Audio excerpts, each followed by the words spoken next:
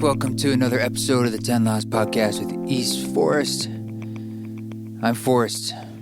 Sometimes that's what I'm called. Strange days. What difference a week can make. We were here a week ago, and a lot's been happening, obviously, with this pandemic. You know, I try to make these podcasts as evergreen as possible, meaning for them to kind of, be timeless as I can. But sometimes things happen, and I like to be able to talk about them. So I thought this intro would be a good way to do this. This is March 16th in the evening, 2020. And as we know, things are progressing so rapidly with COVID-19, the coronavirus.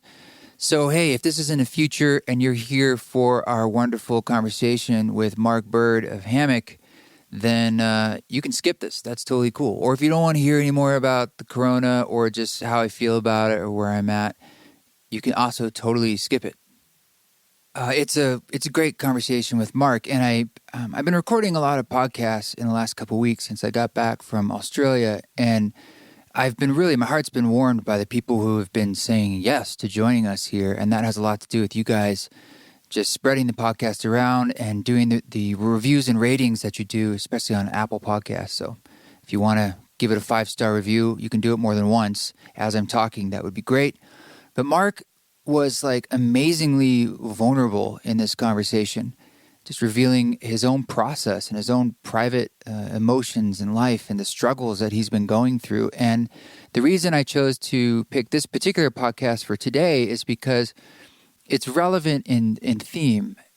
And a lot of what we talk about here on the 10 Laws podcast, is super relevant to what we're going through now. It's sort of like all of us who are, quote unquote, on our path, on the sort of any kind of awakening that you've gone through of mindfulness and feeling like you want to be in connection to a larger message of your soul and being in alignment sort of with your own growth.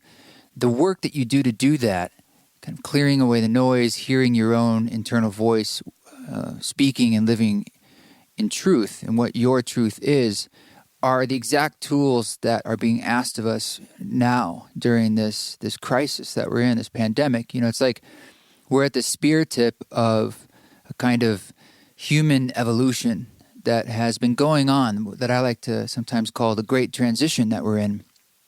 And that's something that's been happening probably for generations, but that's been more acute since, say, pre-2012, when things kind of got to a bit of a frenzy with that whole notion. But even the Mayans themselves, right, in a sense, they were prescient about what was to come and this sort of larger shift, perhaps, in consciousness. And I have a feeling that what's happening now it's part of that, and it's just in a more alive way. It's more in front of us. But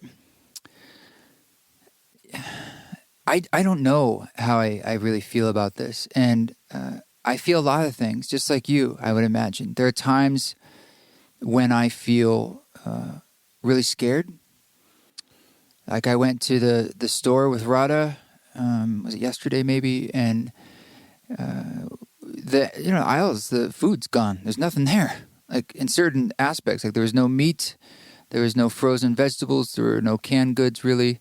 There are other things in the store, but seeing that like in America, which I know happens at other parts of the world in normal times of just supply not being there, was shocking. And there was a certain energy in the air that was simultaneously reminiscent in a hopeful way of post 9/11 when I was in New York City, of sort of people coming together, but also there was a hunger and this animalistic, fear-driven attitude where you're like, oh man, we're not that far away from people being quite panicked and quite even more scared than maybe they are. And I feel that panic in myself, in that limbic part of my body. I'm a human, of course, but I'm an animal, just like everybody else. And our animal parts of our bodies can come alive when we see this stuff.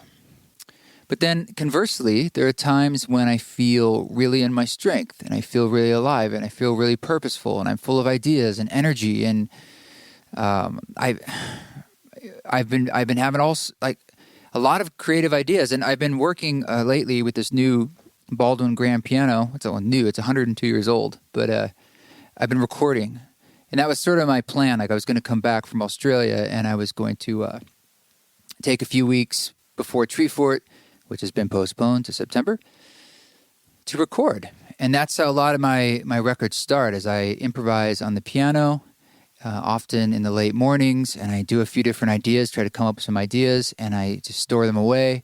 And after about a month of that, you have 30, 40, 50 little ideas, and you start culling through that. And you just start building from there. Maybe you replace the piano parts and you make a record from there, but that becomes the beginnings. So when I'm, expressing that creative side of myself in the morning, sometimes I feel like alive and purposeful. And man, it's just this week, like I took a drive today to return my dog back to Karina, my former wife, and I had a lot of time on the road to think. And like I had all these ideas, like, I'm thinking about doing online ceremony and streaming, and I've been doing research into getting higher fidelity audio on a stream, and I think it's going to work. And that's something I want to do for you guys, and start doing like world global healing ceremonies where I offer my music live as in longer formats for more people at a time, and we just come together as a community and see what that's like. And a couple days ago, I was like, I knew I had a podcast coming up on Tuesday, but I was like, I don't want to wait. Like, I want to record a meditation to address what I'm feeling right now, which is like I'm walking through this chaotic time. And so I released a meditation. There's a last episode that was in between episodes, the meditation for chaotic times. And that felt good to create. And it's like I'm feeling like I want to talk about it, even though I don't even know how I feel about it. I feel such a multiplicity of feelings. It's like diaspora of emotion. And so maybe I'll record more episodes where I just talk about what I'm thinking, and those are like bonus episodes or not. I mean, it really doesn't even matter, and maybe I'll help people that we can talk about it specifically in a timely way, and I don't know, man, but I'm doing the best that I know how to do, and I'm just here to kind of share my experience. And I had an email that came in from my friend Christopher Shin, and Christopher Shin was on the East Forest podcast a bit back, an amazing episode. And if you listen to that episode, I think this email that I'm going to read it might have even more context, because he tells his personal story about how his leg was amputated because of a cancer diagnosis. And he's just a really sober, smart, intelligent, thoughtful guy living in New York City. He's a playwright. And I've got a lot of different messages from a lot of different people, looking at this, what's been happening and how quickly it's been happening with different perspectives. And I liked his. It kind of woke me up a bit. So this is what Christopher Shin had to say in an email to his Patreon subscribers, to whom I am one. It's the subject is a pause. I've decided to pause my Patreon for a while. This means you will not be charged $2 at the start of April and won't be charged again until I restart it. It's an intense time. Daily life has changed, and I think this moment requires deep reflection, a step back. I worry that if I keep chronicling my thoughts, I may be insufficiently thoughtful, lapse into a kind of mania that prevents me from real psychic processing. I remember this feeling after 9/11. There was a moment when it felt like everyone might take a pause. That moment, it lasted briefly, maybe a few weeks. Pretty soon, most everybody I knew was back to thinking and acting how they did before the event. I remember this feeling in a more personal, key time when I was diagnosed with cancer in 2012. And then I was more or less able to take the enormity of what was happening to me, and there was no social pressure to resume mindfulness. This psychic work did not happen overnight. It took longer than the course of my illness, but gradually I was able to integrate my experiences. When I look back on my plays and Opening in Time and Against, I see the results of this incomplete work and feel nostalgia for my separation from cultural madness that enabled it. When I was sick, I paid less attention to politics, gossip, pop culture, and contemporary art. I paid more attention to canonical wisdom and the rare, insightful contemporary thinker. This shift helped me better understand my personal situation and gave me more insight into our shared social reality. A few weeks ago, a friend sent me a section of an email I had written him during the post-illness period when I was integrating what I thought and felt in that time. It was a bittersweet to read my words. I had greater clarity and depth then than I do today. Of course, the further out from illness I've gotten, the more I've had to re-enter the marketplace and maneuver accordingly. I'm not necessarily accusing myself of becoming more shallow, but I also do not want to miss this opportunity to step back again, unravel my unusual ways of thinking so I can truly perceive what's unfolding, and take the necessary time to learn from it. I plan to be back, and I look forward to sharing what I've learned. Anyway, what was sober about it was like sobering to the some of that panic feeling of sort of saying, like, maybe what is being asked of us, if not being forced upon us, is a pause. A pause. And I feel that fire in myself. Maybe it's sort of an American in modernity who's like, I need to do something. I need to solve the problems of the fact that, like many of us, my income, almost half of my income is from live events. Is not happening right now, and I don't know when it will start again. And most of the things in the future have been canceled, and I would imagine we're going to be in this for a while. The social disruption of this pandemic, I think it will be the hardest psychic shock, more than the physical toll it will take medically. Now, that being said, people will get sick and die, as people do, and for this, it could be. My heart goes out to those folks, even if I could get sick. All of us, any of us could get sick. I think many of us will in different ways. But my point is that when you take away someone's job or you close down the things we do, like going out to the bar or the restaurant, or for some of us not being able to go into work, that's often our sense of identity in many ways and how we built it up. And when you take it away, what's left? If you haven't done a lot of your own work to know who you are, or what your truth is, or how you hear it, that can be a really intense experience, to be standing adrift. And I know that's perhaps the biggest shock, but I also see that as a gift and an opening before us. Look, I have ideas of things I want to do, like I said, and whether it's recording podcasts or not, or doing live ceremonies online, or there's these more ideas I've had. And I may or may not explore them. The ones that make me feel alive, I will, but I want to use my own barometer to be really honest about what's being asked of me and what fire am I rushing to put out. Because on the other side of this, being forced to stop and not do things, there's a quiet beauty to that as well. Most of the time, if we're not sick in this moment, I look out the window and the spring is coming, and crocuses are coming up, and it's a brilliant day. And many people are being given the gift that if they want to go on a walk, they can go outside. But maybe that wasn't as possible before. And God knows there's new challenges, like kids are home from school, and now we have to, as a part-time stepdad, PTSD, this is new territory for me. So, like I'm saying, it's a big shift and change, and there are gifts. So I would recommend getting outside if you can, doing the social distancing in that realm. If it's nice out, get some sunshine. Don't forget the basics.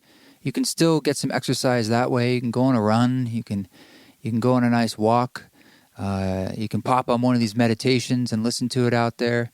I also put together a playlist on Spotify that's called Music for Quarantine. That's just some tracks that I think will help take you on a little inner journey, some deeper cuts too that don't always get some attention in the East Forest catalog. I know there's a lot of releases,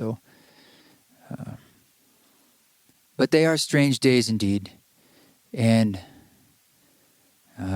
we're in this together, and it's everything has sort of in duality, has the two sides to it. So for every chaotic energy that we feel rising up, know that there is another energy rising up that is of creation and new possibility, infinite possibilities.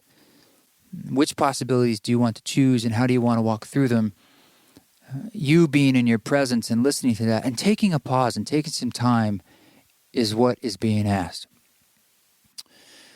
So as we move forward, we're going to get into this conversation with Marc. Just a little bit of business. Just so you know, I said Treefort Music Fest was postponed. It's now in the third week of September 2020, I believe. So right now I'm planning on doing it. Esalen Institute has shut down for 4 weeks as of today. They're still planning, as of now, to do our retreat at the end of May. Excuse me. But you don't have to check in to see what's going on with that, but I'm just letting you know that's the info on the ground. I was going to be doing a tour in California in the Northwest in May and June. That was what I wanted to put together. I don't know if that's going to be possible at this point. I don't know yet. Now, our Boulder, Utah Spirit Dive Retreat, October 1st through 4th, is still on, but that's our plan, and it will be until we say otherwise. Like anything happening, we understand if you've signed up, that there may be a point where we need to give refunds based on the nature of COVID-19 at that point. But I'm just letting you know that we haven't made any of those decisions right now, and I don't think anyone has for anything happening in the summer, let alone the fall. It's a big unknown. I already asked if you can review the podcast, blah, blah, blah. So there's been a lot of changes in my life this week, and I don't even have time to get into all of them. And maybe I will be at some point to share my process, but I think I've been processing enough. So let's get into this conversation with Marc Byrd. I want to thank him. He's from Hammock. He's one half of Hammock. We talk about that. Let's do it.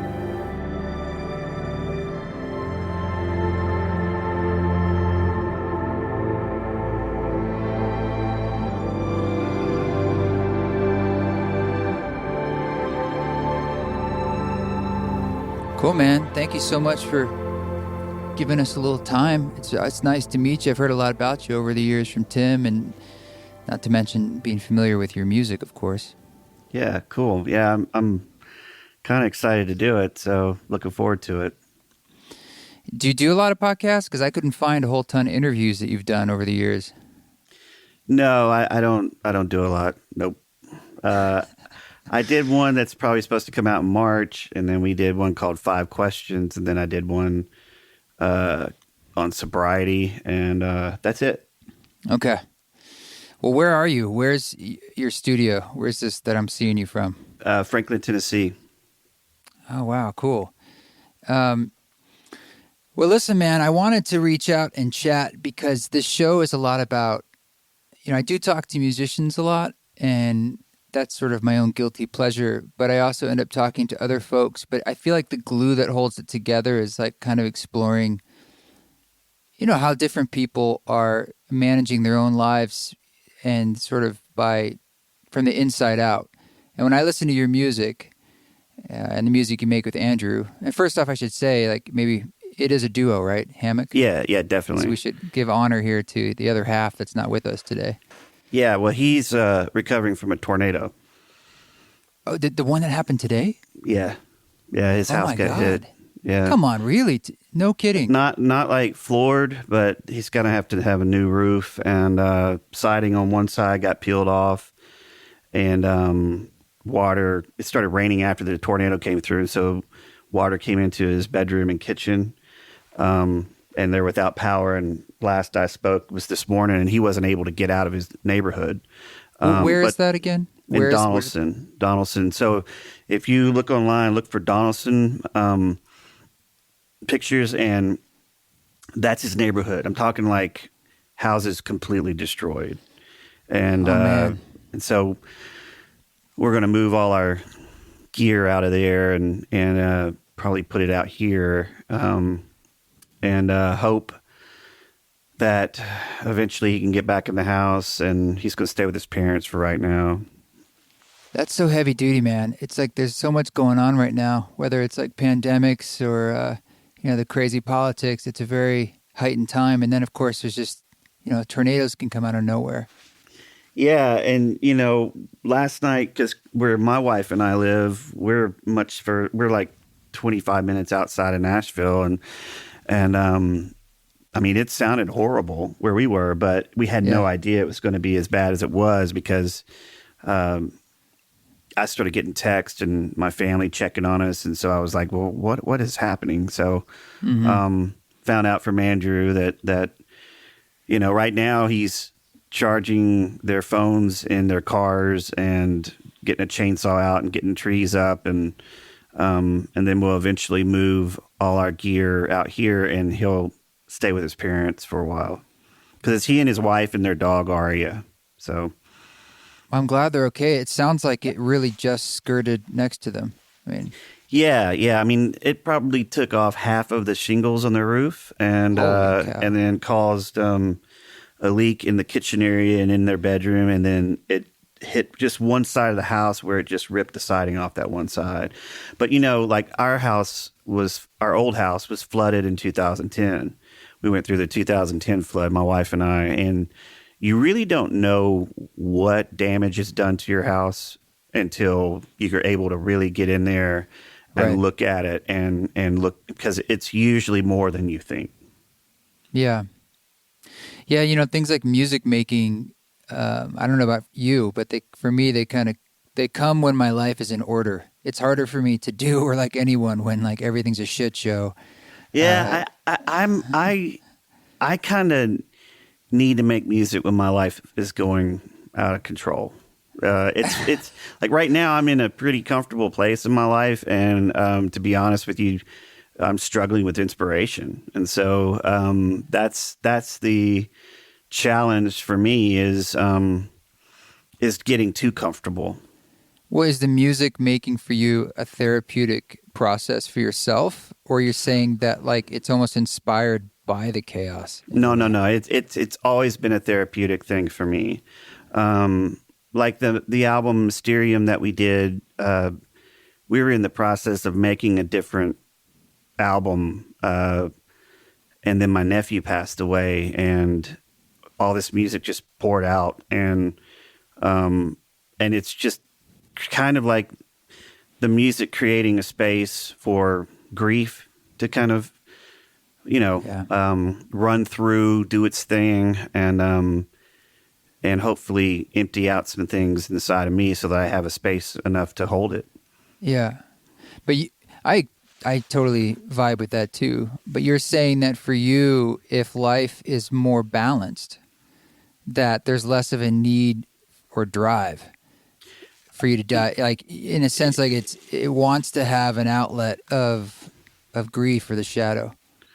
Yeah, I mean, I'll tell you the truth that up until Everything and Nothing album and then Mysterium, there's always been a darkness in our music, a lot of impermanence and things like that. But it's one thing to read angsty poetry and romanticize, the darkness but it's another thing to like just go. And I've lost a lot of people, but the loss of my nephew is just, it's a different kind of grief. And No doubt. It just, it is a pain that I am still in awe of. It's an awe-inspiring pain, and it's a loss that not just for my sister, my whole family. That one is the one that kind of said, "Hey, man, it's one thing to talk about it and be moody and angsty and all that, and it's another thing to really just know what the darkness is."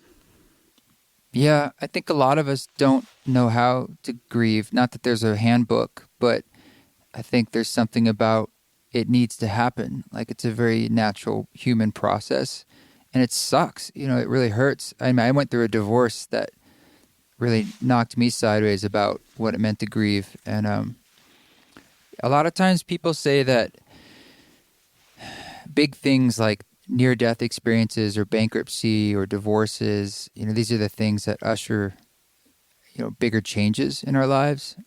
And some people argue that's what needs to happen or is happening, like on a societal level or global level, to like get humanity to change in the way it needs to change. But did you find for yourself that going through that process of grief, like, was kind of opening some doorways for you in some kind of change, or was there some kind of opportunity there now to look back a bit?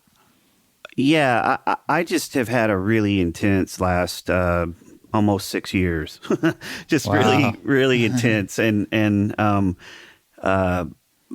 know, there's been an absolute interruption and upheaval in my life, and so many changes and so much growth and so many painful things to finally walk through and deal with. And I don't mean like, I've sat with a therapist and bullshitted a therapist many times, but I'm talking about like really digging in deep and facing things, and letting go is a big thing, and accepting things. And so I do think that grief is it's important to go through that. I just don't think that, a lot of us can make our own misery because we're bored. We get so bored with the mundane. I mean, we have a lot of leisure, Yeah.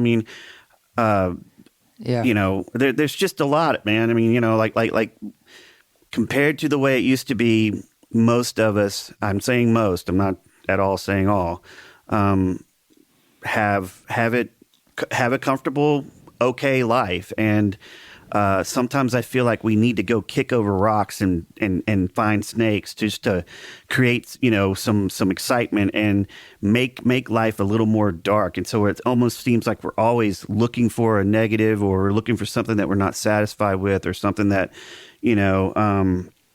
that we can get our anger out and put that somewhere. And until you, like, for me at least, until I sat down and just really did some work in emptiness, just emptying myself out. I had enough room now that I can hold life as life is, and not the way I think it should be. Not my expectations of how I think things should go, Yes. but instead to accept and hold and live in the tension of what I wish would happen and what actually is happening. And when I'm in that place, I tend to be okay. And I don't mean that everything's great. And it's not okay, but I can be okay, It's okay by being not okay. Yeah, an acceptance of it. Yeah. Yeah. What does that emptying process look like for you? What is that? What is that? Well, so we're about to go deep here, because I've really changed a lot in the last 6 years. I went to a monastery in Big Sur, California, back in 2014, May 2014. And I had recovered from neck surgery and decided that that's what I wanted to do for my first big travel trip. And I went up to Big Sur. And I had some crazy things happen before I even got there. And I went there basically to try to just clean out from drinking. I had attempted to not drink and quit drinking for a while. And I thought for sure, because I had done meditation work and had practiced, Zazen for a while, and also just, some spiritual disciplines. And that was all gone in my life. And so I went to this monastery hoping that I could clean out, I was hoping that I could not drink for about 4 or 5 days before I went, so that I could be a little more able to take the silence. And I showed up. It can be a big shock to just, Oh, it was dangerous. Yeah. It was extremely shocking. So I went there. I brought with me, a little something to drink just to get me through the first night or two, and was not expecting to have happen what happened. And I call it, my breaking open moment. It was like I was broken open, and I was breaking open. It was being done unto, and I was doing it. It was very bizarre, because I was sitting on this rock, and actually on this bench, and I was looking out over the ocean. It's beautiful, and it's a monastery, but the silence was so quiet that it made me fully aware of what a hornet's nest my mind had become. Mm-hmm. And as I sat there the third night in, I just was overtaken and began weeping and crying, and And I had a sense of surprise. Like I was sitting outside my body going, who is experiencing this right now? How is this happening? You know, you gave up on all this kind of stuff a long time ago. How is this happening? You know, because I'd become very rationalistic in my thinking and was reading just a lot more science. And I'm not anti-science, but a lot more science. And it was almost like we're just mechanical machines and that's it. I don't mean that we're not mechanical machines. I mean, and you began your childhood in fundamentalism. So and you're going out now towards sort of the materialism, rationalism, and had been for a long time and lived there. Yeah. Departure Songs album and Oblivion Hymns were like that's the height of my spinning into darkness. And I don't mean darkness in that I was like my life was horrible. It's just that I had an inner hopelessness and just a life. It's a futility to life, you know. There's just, and I was making my own misery in a lot of ways. A bit nihilistic, yeah, very nihilistic, absolutely. Yeah. And so then this breaking open happened, and for the next 2 days, I sat there thinking, I mean, it blew me away. I was so surprised by it, and I was just so raw. And I did some journaling, and I wrote down some things that really struck me that I thought I needed to take back with me, and looked through this booklet called, I think it was like Smart Recovery or something. I brought it to see if I was going to take a test to see if I'm an alcoholic, and I passed that test big time. I mean, like flying colors. And so when I got back, I was sure, this is it. This is my change, man. This is it. This is my before and after moment. Mm-hmm. And started drinking again. And so 3 weeks later, I ended up in an outpatient facility and slowly but surely began to thaw out. And so my emptying out process has been working the work that I do in my own recovery, working the work that I do in my own daily spiritual disciplines that I have. And I do a lot of personal inventory. Like I inventory my day at the end of the day. And I just got back from the monastery just last week. This is my 7th time to go.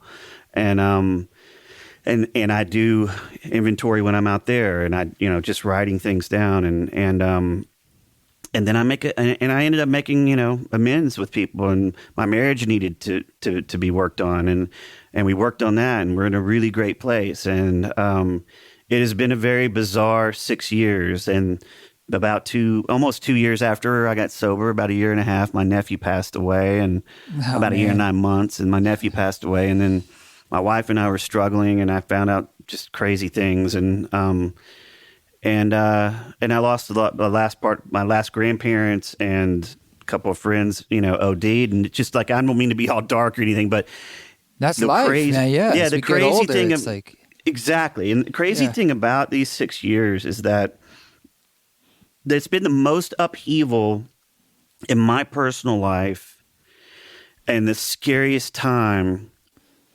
but yet probably the most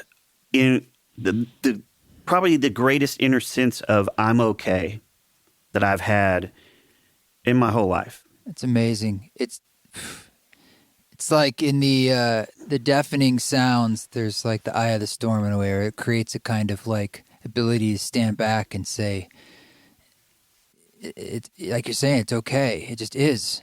Why?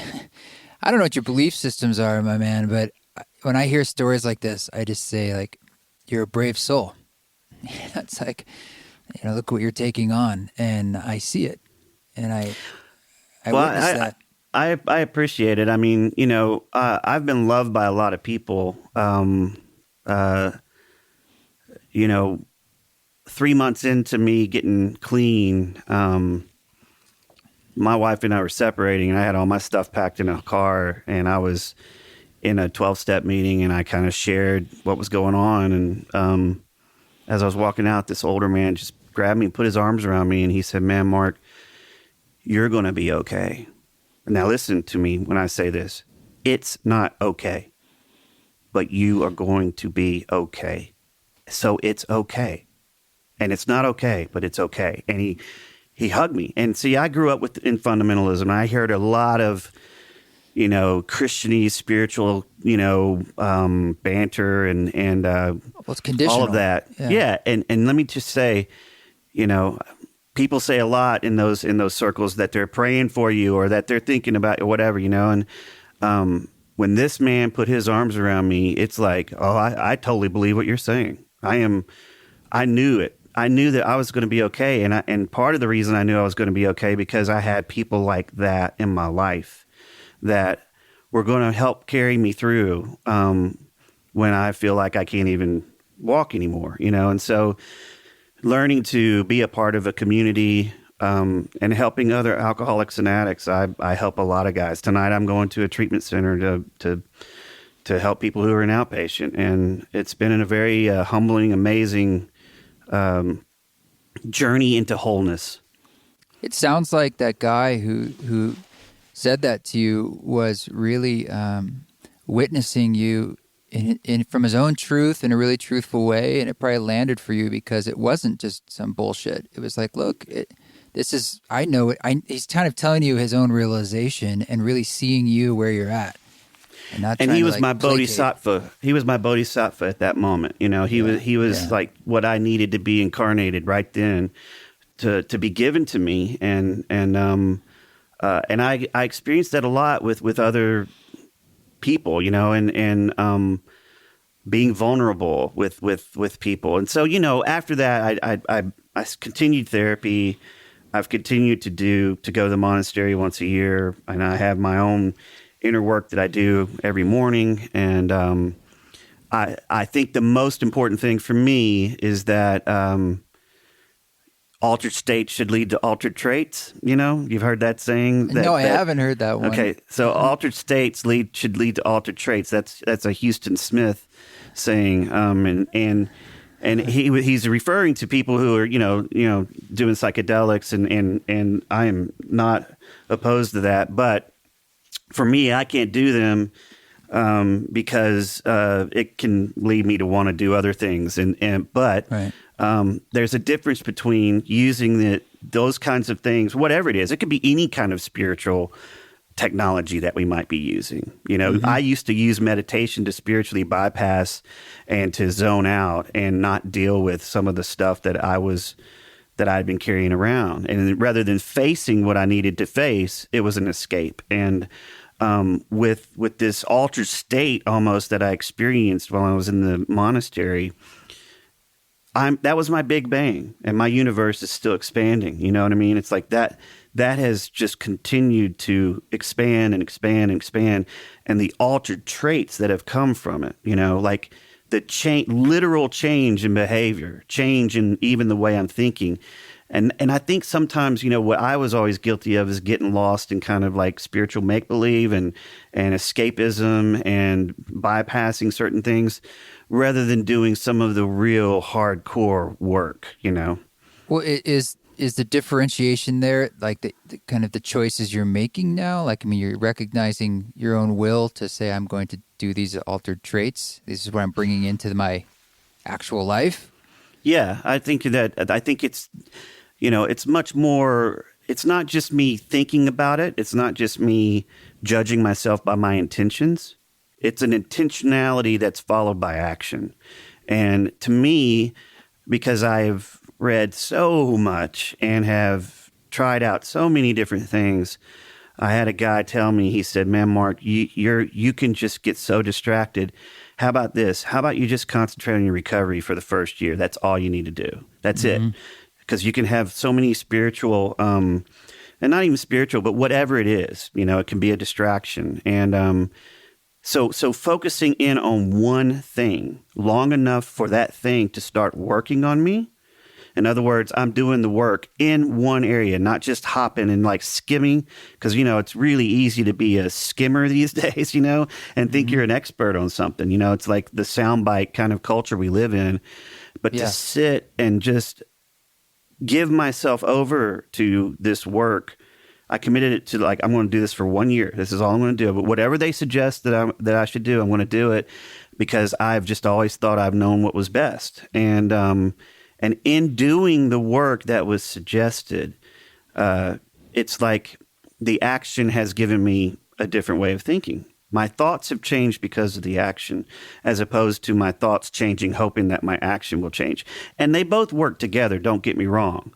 But for me, where I am in my life and being an older guy, is that I needed to do action. And that's the one thing I probably have always in some way avoided. I've always picked out the things that I liked the most and avoided some of the things that were probably the most uncomfortable, but were probably the best thing for me.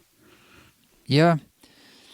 I mean, it's at some point, action is the manifestation of all of it anyway. And you're kind of saying, it reminds me of like a cognitive behavioral therapy approach, and the idea of like, you work with your thoughts, that's going to affect your feelings, versus the other way around, and really being accountable to what they are.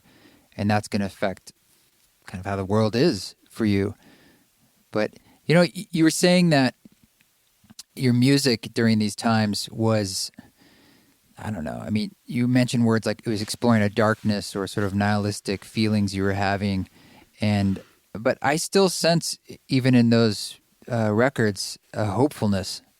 Do you hear that?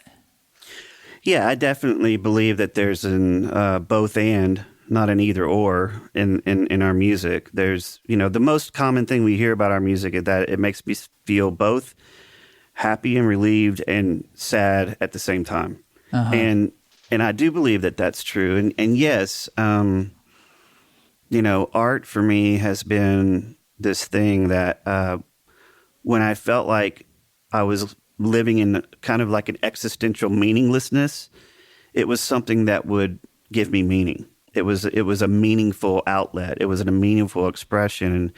And that connection with other people who are hearing our music, and it's enriching their lives. It's entering into their emptiness and filling it up. That has just been an amazing thing. And so I know that not all our records were made like in this nihilistic thing. Don't get me wrong. It was just a period of where things were coming to, shall we say, a conclusion for that part of my life. And it was a stripping away. And I think a lot of inner work is not really about adding anything, because everything we need is inside. And it's a subtraction rather than an addition. And so I do think that our music has always had some kind of pointing towards some light, no matter how dark it may seem at times. Well, how does this happen when you're working in collaboration? Like this, I'm hearing so much about your process. I mean, how does this interact with Andrew's, which may be different? Oh yeah. And see, the thing is that if there were two of me in the band would not make it. We would end up beating the hell out of each other. But Andrew is so without ego. It's amazing. And he's a sweet... sounds like the best collaborator you could have. Yeah, and so he's a sweet soul, but super talented. And so, I'm definitely like, kind of the idea visionary, like here's the way I think we should go. And a lot of times, each record kind of manifests itself after a period of struggle, for the two of us working together. But the way Andrew works is he just works. And he's a guy that, like, we live in Nashville. There's songwriters. Everybody's writing every day. Every single day there are songs being written. And it's because it's a craft. And people look at it like, I got to exercise my muscles, And some days you write badly and some days you write well. And sometimes you sit outside your body going, well, where did that come from, And that's when you feel more like a channel. But you got to show up for those things to happen. And so we kind of place ourselves in the position of if inspiration is going to show up, we want to be there when it happens. However, I am much more of the type of, right now, I don't want to just for, out of habit, keep working. I want to have some purpose as far as like feeling like we're being we're honoring the muse, we're honoring the inspiration, we're honoring the channel where it might come from. And so we've for like the last 3 months, I've taken it easy. I've worked a little bit on my own here at the house and working on some other stuff with another person. But Andrew's been at his house working, and kind of the way we work now is he gives some ideas, I give some ideas. Most of the time, we end up not using any of them. We just start working on new stuff together. Do you often work in the same room together? Oh yeah. I mean, that's kind of how you like to do it. Yeah. I mean, lately I would say, we do. I would say overall, in the end, what ends up on the record is the thing that we did together in a room. And you've been doing some scoring too, right? Because you did the Ricky Gervais, or was that a Hammock project? Afterlife? We did. So he had 9 pieces of music, and then Afterlife 2, there's 9 pieces in that's coming up, and we did a Columbus, an art film about architecture, and man, it's been cool. I mean, I left the monastery last Monday, and I had been off the grid for 6 days, and as I'm leaving, my manager sent me a text when I was finally able to receive text, and he said that we had gotten played at this Kobe Bryant memorial service, celebration of life thing for Nike. And so, yeah, I mean, a lot of that kind of stuff happens with us, which is very cool, but it's not at all the reason we do it. Sure. Yeah. Is it true that you're not touring as much? I mean, as a conscious choice? Yeah. Why is that? I mean, I feel like maybe we want to tour. That might be something that we need to do before we release another record. I think the main reason is because Andrew and I have been in Nashville, for a very long time, and we have worked in all kinds of different music, and we burned ourselves out doing just the, trudging through and traveling and living in vans and buses and all of that. And so, honestly, the main thing is that we like to do shows that make sense to us. And, the first show that we did live was for Yancey and Alex, and that's the first show you did? That's the first show that we ever did was for Yancey and Alex. I just saw their tour, the last one. Yeah, I went to, Did you? I went to Denver to catch the show. It was beautiful. Yeah, we were going to go, but we missed it. Yeah, I mean, that's crazy the way that happened. I mean, it was back in MySpace days, and I sent Rice Boys Sleeps a message, and I didn't know who they were. You're not the first person to tell this kind of crazy MySpace story. And Yancey wrote back and said, "This is the best thing we've heard on MySpace. You've got it down. Great soundscapes married with great melody." And then my friend who used to own an art gallery, hit them up and asked them if they wanted to display their art for the first U.S. exhibit, and they agreed. And then they asked us to play their after party, and so we wrote all different brand new music that just the two of us could pull off, and we performed it for them and some other people who were there. And Yancey toasted us in the middle of it. It was very beautiful. They're very awesome. They're awesome and sweet and kind and loving and open. And then we came back to Nashville, and we decided to make a record out of what we had written for their live event. And we asked them if we could name it after a piece in their art exhibit called Maybe They Will Sing for Us Tomorrow. And they came back and said, yes, you can, if you let us design the cover. So they designed the cover for us. And, man. So that's our first show. So you kind of go downhill from there. Yeah, you're killing it over my first show. Good God. Mine's way worse than that. And then the next time we played, we were opening for Stars of the Lid in Washington. And then the next time we played, we went out to New York and did Wordless Music, and that was us and Stars of the Lid then. And we've done like art exhibits around town. And, for us, it's just got to make sense, for us to do it, because we're such perfectionists. We just really, really try to, we really try to pull off a good mellow live show, because we're doing we're not like, we use some loops, but we're creating loops live as we go. And it's got to be on. I mean, there's a lot of head nodding in our shows because we're not like set to just a grid, we're like, hey, about to hit it. Okay. And look at each other and nod. And so. Yeah, it's a challenge. But I would like to go out. You should. I mean, I'm sure people would enjoy it, but I fully understand like how much work it is and how you want it to be done a certain way. And sometimes that means you're going to lose money because you want to, you want all the, you want it done, right? Exactly. I mean, we were asked to do Big Ears Festival, and we love that festival. And Wing Victory's doing it this year. Max Richter's done it, and I mean, everybody's done it. And we turned it down because it wasn't enough time for us to assemble the lineup that we wanted to work with and to get it in the shape that we wanted it to.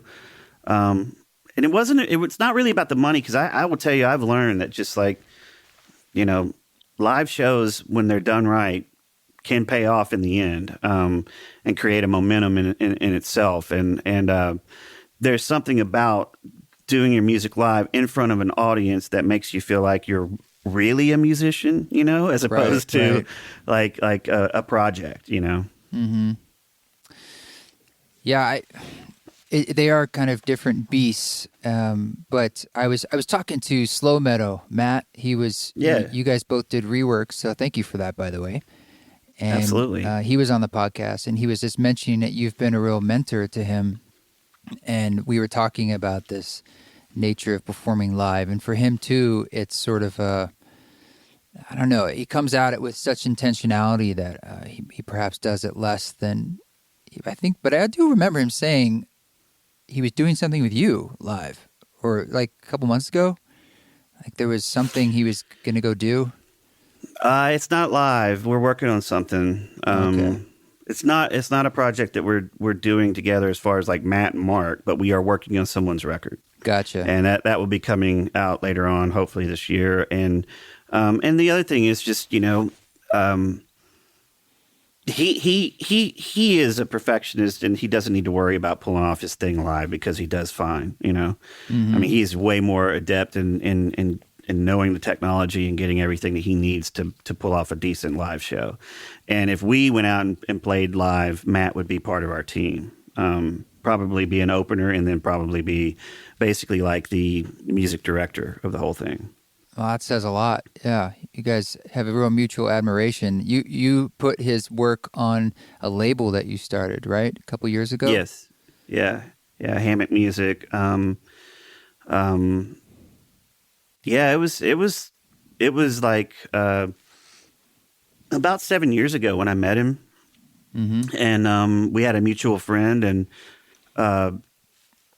just really hit it off. We both have a similar background of the way that we were raised, and of course he's younger than me, and he was picking my brain about just, hey, will you listen to this? And just the way he went about it was very humble and just very like, I have no expectations of you, but would you listen to this? And I did, and it helped to have a mutual friend that I respected to tell me that he was really good with music, and so took it and listened to it, and I just kind of nudged him a little bit to say do more with the piano and go that direction, and it's been a very, very fruitful relationship for both of us, I think. I hope it has for him.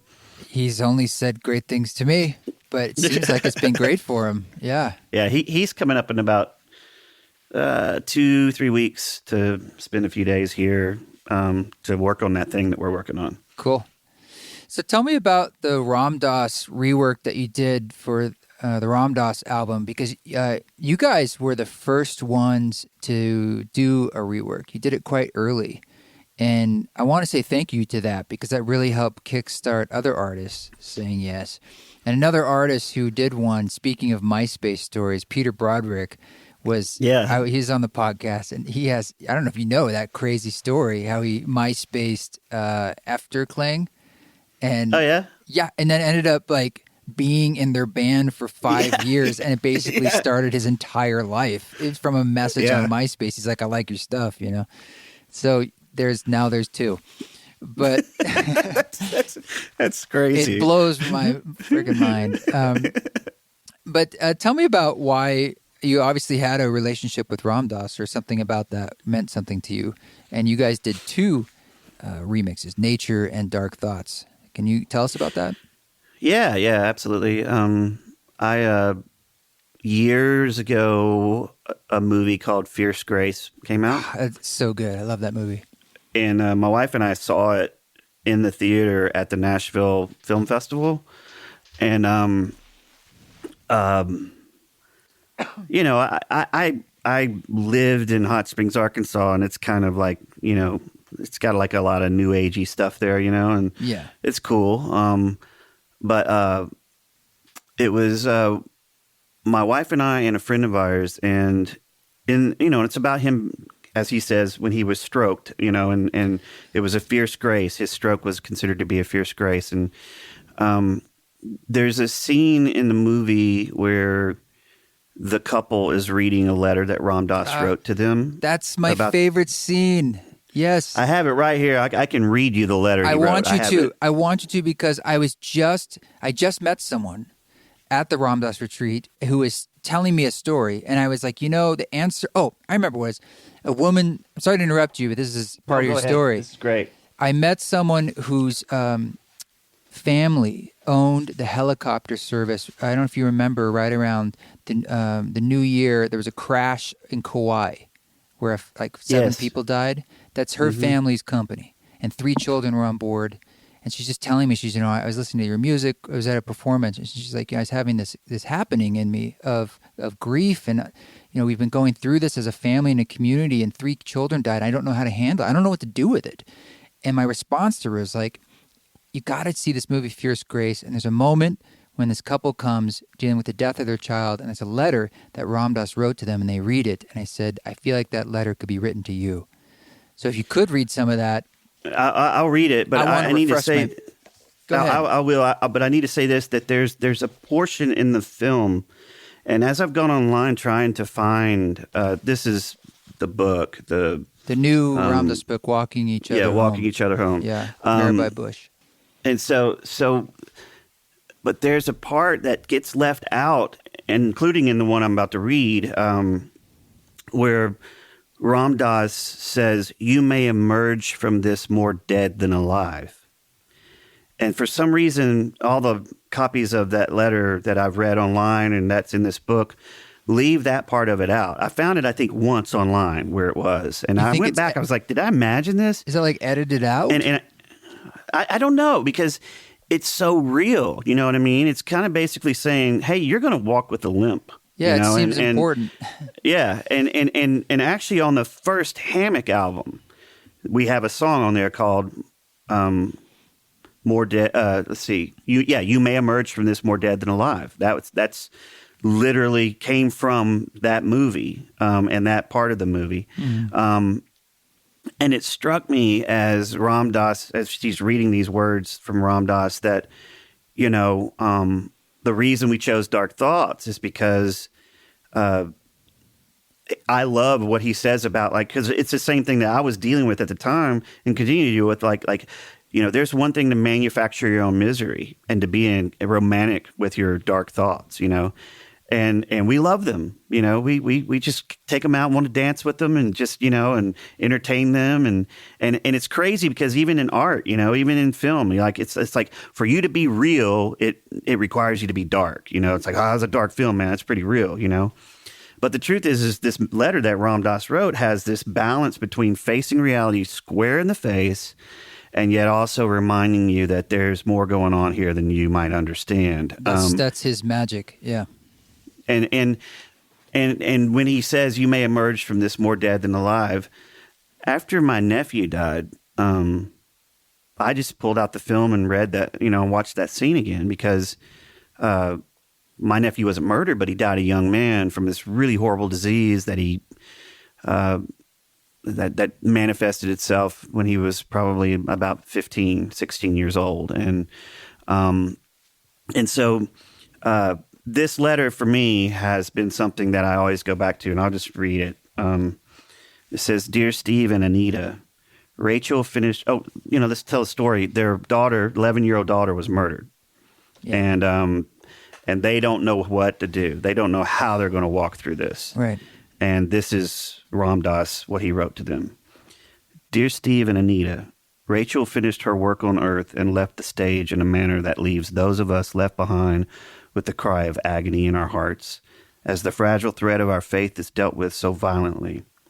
Is anyone strong enough to stay conscious through such a teaching as you are receiving? Probably very few. And even they would only have a whisper of equanimity and peace amidst the screaming trumpets of their rage, grief, horror, and desolation. I can't assuage your pain with any words, nor should I, for your pain is Rachel's legacy to you. Not that she or I would inflict such pain by choice, but there it is, and it must burn its purifying way to completion. For something in you dies when you bear the unbearable, and it is only in that dark night of the soul that you are prepared to see as God sees and to love as God loves. Now is the time to let your grief find expression, no false strength.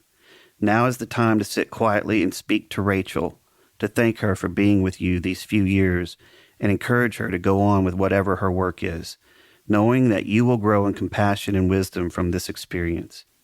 In my heart, I know that you and she will meet again and recognize the many ways in which you have known each other.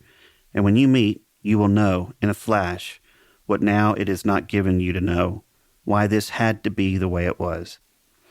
Our rational minds can never understand what has happened, but our hearts, if we can keep them open to God, will find their own intuitive way. Rachel came through you to do her work on earth, which includes her manner of death. Now her soul is free, and the love that you can share with her is invulnerable to the winds of changing time and space. And that deep love include me, and love, Ram Dass." Yeah, that's total mastery, and it's so beautiful. Yeah, it's just, yeah, it was difficult for me to read that, like, after my nephew died, because why? Because I don't have exactly maybe the same belief structure as Ram Dass. It's just hard for me to, it was difficult for me to accept that was this supposed to be, or was this an accident, or was this a providential accident, or was this an incarnation, whatever it is. I don't know. Sometimes I feel like my whole life has been like trying to figure out the mystery rather than participating in it, and I just want to jump in and be with it and be with my sister and not go to like try to figure out the ins and outs of it. And so now that I've gotten some distance, and this is what time does, if you do the work, when you get some distance from it and it's not smothering you like it is, because grief doesn't go away. Right. It's just so big, and you have such a small space for such a great grief that it's going to burst you open, and it's tight, and it's extreme. It's the loud trumpets, as he says, sounding out. It's a rage, and it's all of that. And then as you get distance away from it and you're doing work, what happens is you become a bigger container for the grief, and you're able to hold it without it smothering you. And then suddenly you can start to see other perspectives and maybe gain different meanings from it. But having said all of that, the 3 records that we made dedicated to my nephew, and in honor of his memory, dedicated to my sister, the lessons that we've learned, the compassion and the empathy that has grown inside of me, I would give all that shit back, man, for another 30 seconds to a minute with my nephew. That's what love is. Love is taking that risk to where this is going to hurt me to love you. And when the absence is felt in such a great way, what it means is that the presence meant so much to me that the absence is great. I went to the monastery about 2 or 3 weeks 2.5 weeks after my nephew died, and it was very intense. And I did. I conversed with him. I mean, I felt silly doing it, but I mean, I remember Ram Dass said in that letter, talk, and I did, and it was very, very beautiful. There's a thread in that letter of sort of speaking to the contradiction of the perfection of everything and sitting with the horribleness of it at the same time. And I find that same thread in like a Buddhist koan, and it's sort of the mystery Absolutely. itself. And that can be really angering and frustrating to hear that kind of message. And that's something that Ram Dass was delivering so artfully to that couple, as opposed to just saying like, well, everything happens for a reason. And everything does happen for a reason. Your kid was murdered by a murderer. Exactly. And it's that's like the reason. Or the karma is karma, and it's like that's what is what it is. It's like that doesn't. There's a coldness to that, but I felt that truth and that thread still expressed in that letter, and that's what was so beautiful about it, because it's a tricky thing for us to hold as humans. The contradictions of like the only way through grief is to grieve in time. And at the same time, you can't see anything in the enormity of the happening while you're in it. And like you said, stepping back is the only way you're going to be getting perspective after time has passed. And those are just truths of what it means to be here. And the things that we know with a capital K, we only really know that in our hearts. We never can actually put our finger on it and say like, yes, I've been here before and this is all reincarnation, or this all has meaning. It's just sort of a truth we have to hold as we walk through our lives, and you see sort of the signpost looking back, and you're like, sometimes you get those glimpses and those moments where things like when you break open, and maybe you had that at that monastery where you there's sort of those loud moments where life really speaks to you. But it's very hard to see in the happening. Yeah, I mean, time takes time. What's in the way is the way, and the only way through is the way through. And that's what you have to do. You have to walk through it. And, for me, this is where, Thich Nhat Hanh, says, the default mechanism for most of us when we go through these things is to escape using whatever it is we're going to use. And that's the heart. The temptation is to deaden those feelings, to deaden those emotions, whether it be through whatever, drinking, drugs, food, sex, whatever it is. Just even spirituality. And that's where I think that, if I had left and went to a session for 2 weeks and had just sat with that grief, I don't know that I would have been able to do that. My head would have been on fire and my heart would have been bursting open.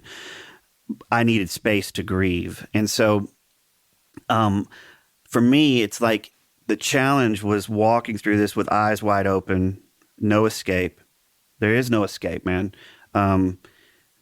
No alcohol, no drugs, and to just walk right through it. And the greatest gift that I have is that I was able to be present for my sister, sober, plan the funeral, walk through it with her, make all the phone calls to tell everybody, hey, your grandson died last night in his sleep from an aneurysm, and the sounds of those first reactions, those guttural, visceral reactions when you hear such a shock, it stays with you, and that is how can you make room to include that also? And that's the thing. It's like, for most of us, we feel like we have to transcend and move on from the pain, and that almost can be interpreted as leave it behind.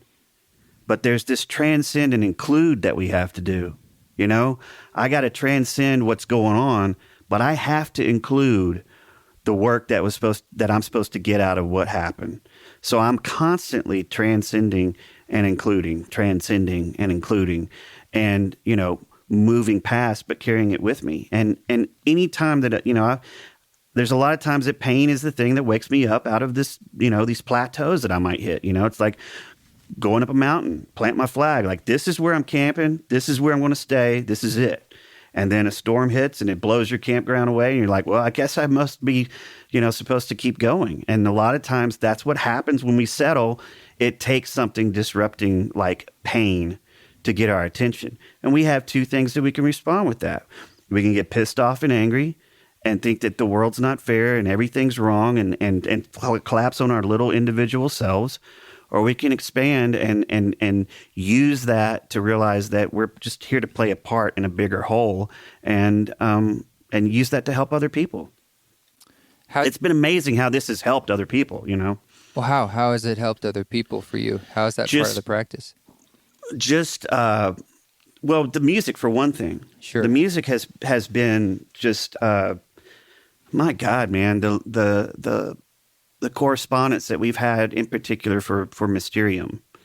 People sense it. You know, there's this resonance that's coming through. Like this came from like that record flowed out of us. It just woof, there it was.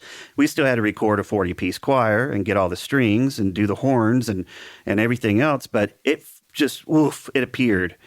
And because the pain was so immediate. And I think people sense that, and when they sense that, they reach out to us and just say, "Hey, man, you know, I lost my brother last week. I lost my kid," and if nothing else, it's a travel companion for their grief, and not only is the music, but also my own pain is an accompaniment to the pain that they're going through. Yeah, it's a kind of witnessing too, and a kind of accepting. Yeah. And I hear you saying like part of that journey is us accepting things, or sort of like Ram Dass saying, is like to love it and to, as opposed to pushing it away. When we witness someone else, that's kind of the greatest gift we can give, is to say like, I really see it. I see it. Otherwise we can feel so alone, so separate. Yeah. Yeah. I do think that this thing that's supposed to allow us to come together more in the form of our phones and being connected through the internet and all of that is almost allowing us to live in our own more private worlds, our individual selves, because we can create our own reality that just confirms what we already believe and never grow outside of that, because where we hang out, we're already used to what's being said.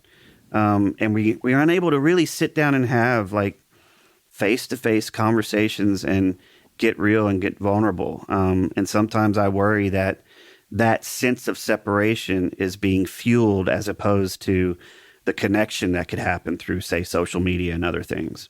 Well, I thank you for today coming on and sharing your own vulnerability and just not being afraid to dive into your own story of truth, because here we are using technology as a way to exactly just be like, hey, we're all human beings. Here's my journey, and it's like, here's the shit I'm walking through, and it's the same thing that you're talking about. It's like other people are going through their own things, and it's like, okay, all right, there's a guy who, like, maybe you look from the outside, it's like he's got everything he needs. It's all, you know, he's got everything he needs to have this great life, and you're like, you know, look at your own path. You know, it's just a human being, just like everybody else. It's important to hear. Well, I mean, you know, I love that Ram Dass. We're just walking each other home, man. Mm-hmm. And I believe that more and more. I used to be a guy who, you know, really isolated, you know, and was able to do that because of the type of music we make, the way that we can make it. And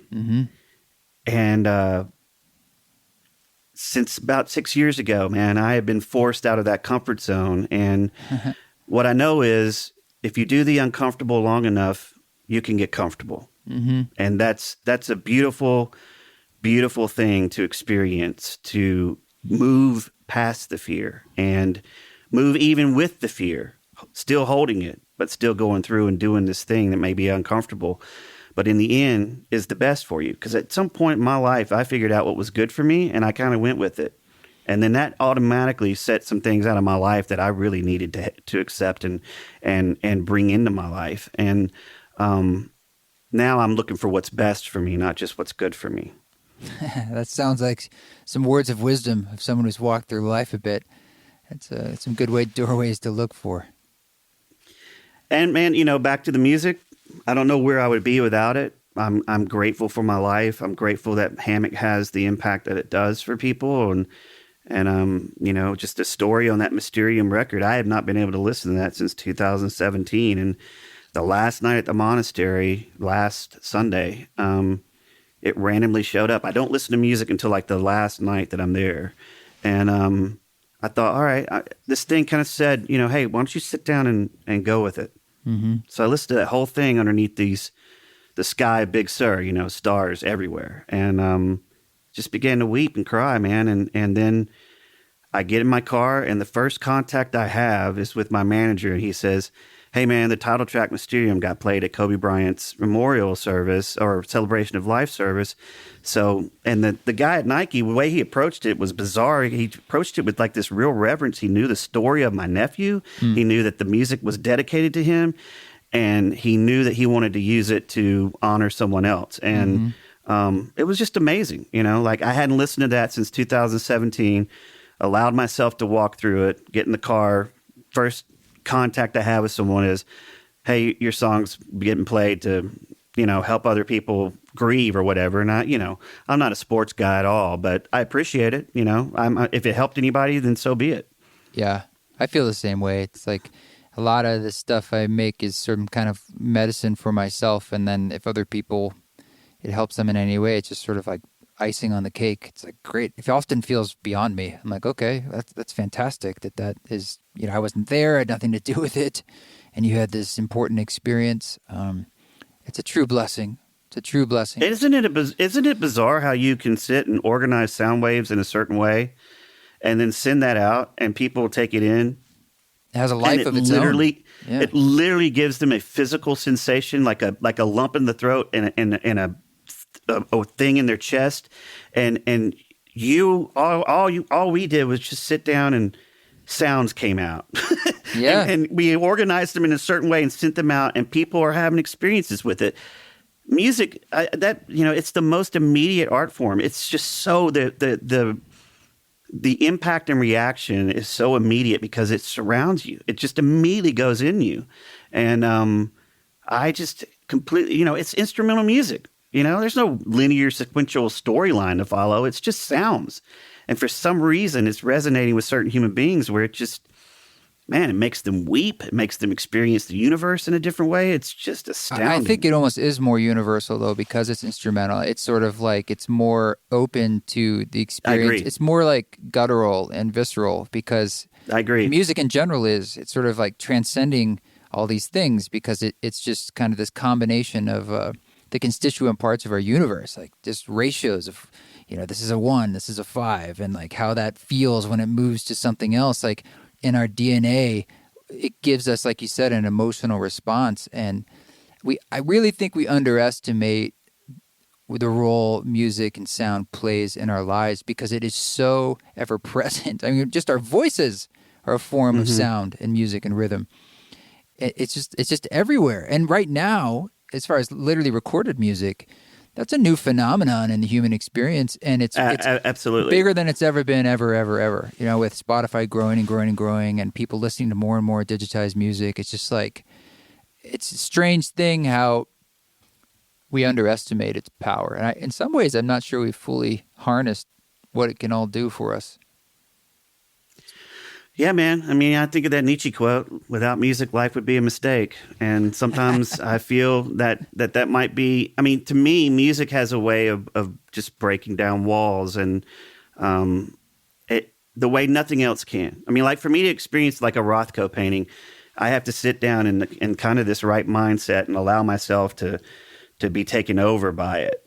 Whereas with music, when I used to go in a record store, if I walked in, within 60 seconds heard something playing, and I would just be like, who is this? I want to buy this, because it's an immediate reaction, and that's the beauty of music. And I agree with you. I think our relationship with sound, man, that is so mysterious that yes. Sound does what it does to us, Yes. Yep, and it's encoded in a lot of our ancient traditions, whether it's God spoke, and then there's the universe, or the Big Bang, and then everything began. It's like, it's sort of, and in some ways, we're the echo of it all. This reverberation of some original sound. That's it. Yeah. I just read something about being the echo when I was in the monastery, and that's from our album "Raising Your Voice, Trying to Stop an Echo." is a Zen. It's a Zen koan, and it's really that. about how can you stop this echo? You know, what are you going to do? You're going to scream more? Yeah, you know? right. Yeah, I love that, man. Well, it sounds like you've been on a real journey for the last 6 years, and if you're saying that you maybe are less productive in this moment because you didn't have as much chaos, I'm going to say that maybe is a good thing. Maybe you could use a little bit of a rest. There's always good to rest. Always good. I agree. And we're sending our love, of course, to Andrew and what he's going through. So it sounds so fresh, but man, it's just a wake-up call to how everything is so real. Everything. And everything is so impermanent, man. Yes. It's like when people say, hey, this is all a game. And I'm like, yeah, and it matters. It's both at the same time. Like exactly. It's both and. Yeah. And that's the mystery right there. So thanks, dude. I really, really appreciate getting a chance to connect with you and the perseverance to make this happen. And thank you again for the Ram Dass reworks and the music you make. I was just listening to Silencia before we did this conversation. It's just a stunning work. It's just beautiful. Thanks, man. I appreciate that. Those 3 records, I kind of feel like they need to sit out there for a while before we release another one, you know? Sure. I like that feeling. I mean, it's something we could use more of these days, is a little patience. Yeah. More music, Hammock. Come on, more music. We want a single a week. Yeah.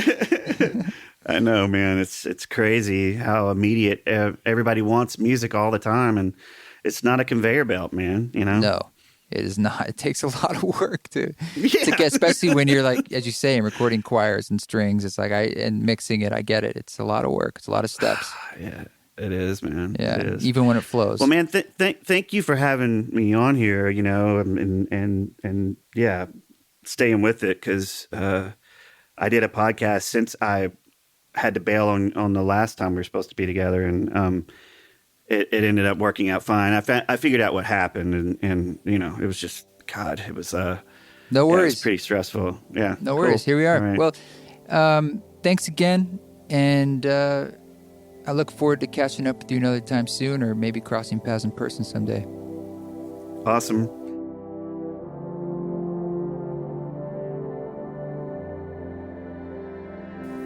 Thank you, Marc. I appreciate that. It was just really grateful he and I got a chance to connect. We had a little difficulty over several months making it happen for technical reasons and all sorts of things. And so it was just great that he stuck with it and we made it happen. They make such beautiful music. I'm sure you've heard it, but if you haven't, listen to it. And particularly their newest release, it's just a stunning work. This song you're hearing in the background is called Mysterium. It's a track by Hammock, and you can check out Hammock's music wherever you listen to music. Thank you to them for offering this track for this podcast.